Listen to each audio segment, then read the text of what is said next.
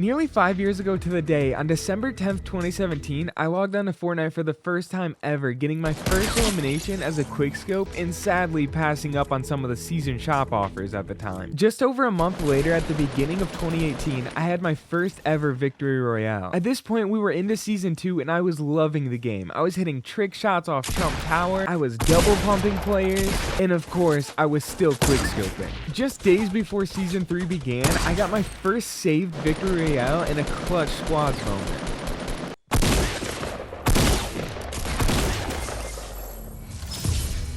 Season 3 was when Fortnite really picked up and was becoming mainstream, and I was doing my role in buying my first battle pass and playing at any chance I had. My aim was improving day by day as I got more comfortable on my PS4 controller, and I started to learn how to build a good amount, of course still in Combat Pro. And then I began to rack up some wins as a result. I was having so much fun playing that I even started my YouTube channel about Fortnite, posting my first video on April 8th of 2018. Then Season 4 came and I kept progressing. I was dropping more elims every game and getting better playing under pressure. At this point, I finally made the switch to build a pro after everyone was talking about how good it was, and now my builds were really going down. I was editing while running double heavy shotgun, hitting some sick bouncer plays,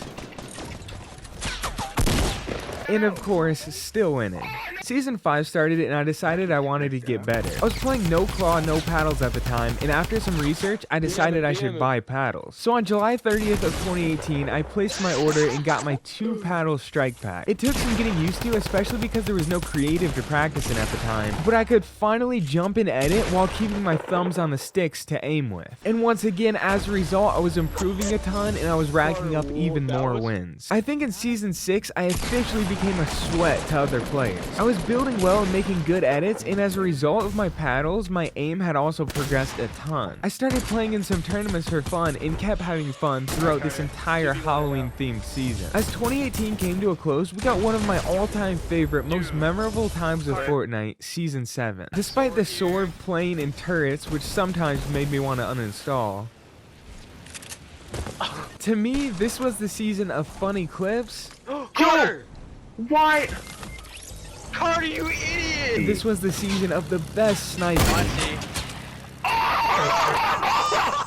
And of course, this was the season of a lot more wins. Some of my highest elim wins to date, actually. As we progressed into March of 2019, Season 8 has started and I was grinding away at wins and getting better per usual. However, this was the season where creative really started to blossom. Creative came out in Season 7 about 3 months prior, and the culture of 1v1ing and edit courses had really begun to make its way in. I realized that 1v1ing was a super great way to practice, and it's very evident that the skill level of not only me, but all of Fortnite quickly started to progress at this point. In Season 9 was a lot more of the same. Still practicing builds and edits in creative, but what really changed this season is I got off hold circle to edit, and I got to set a single edit bind, meaning my edit speed probably doubled or maybe even tripled. At this point, the skill gap between the good and the bad players was widening. We had things like bunny hops and blocking players with pyramids in full force, and skill-based matchmaking really introduced itself. This was also the season of the World Cup, where Booga was out there winning $3 million while I got some wins in pubs, but I was still improving. On the day that Season X launched, I unknowingly played my last ever game of Fortnite on my PS4, which fittingly, my last ever clip is me dying in arena to a mech.